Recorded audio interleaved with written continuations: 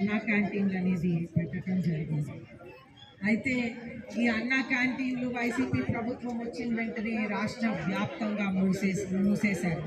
కానీ మళ్ళీ మన నారా చంద్రబాబు నాయుడు గారు వచ్చిన వెంటనే నందమూరి తారక రామారావు గారు ఆశయాలు నెరవేరుస్తూ ప్రతి ఒక్క అన్నా క్యాంటీన్ని ఓపెన్ చేసి మన రాష్ట్ర వ్యాప్తంగా 2 ఫేజుల్లో కూడా మనం అన్నా క్యాంటీన్లు తెచ్చుకున్నాం. విజయనగరంలో ప్రత్యేకంగా చూసుకుంటే 3 అన్నా క్యాంటీన్లు మనం ఓపెన్ చేసామనేది కూడా మీ అందరికీ తెలియజేస్తా ఉన్నాం.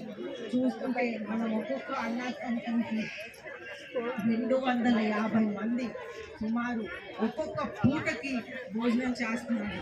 మనం అన్ని విధాలుగా చూస్తుంటే సుమారు 2000 మంది 1800 నుంచి 2000 మంది ఫ్రీగా 3 క్యాంటీన్లు కలిపితే టిఫిన్, మధ్యాహ్న భోజనం, రాత్రి భోజనం అనేది కడుపు నిండా క్వాలిటీ అయిన నాణ్యమైన భోజనం అనేది మనం అందించగలుగుతున్నాం అనేది ఈరోజు చాలా గర్వంగా అనేది ఫీల్ అవుతాం.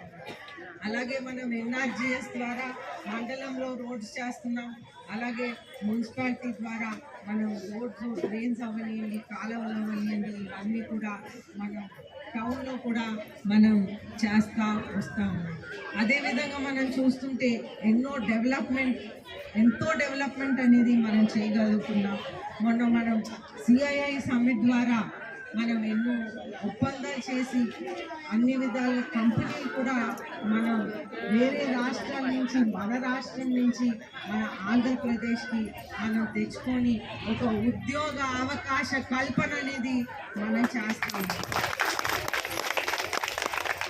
అయితే ముఖ్యంగా నారా చంద్రబాబు నాయుడు గారు ఒక మ్యాగ్నెట్ లాగా వేరే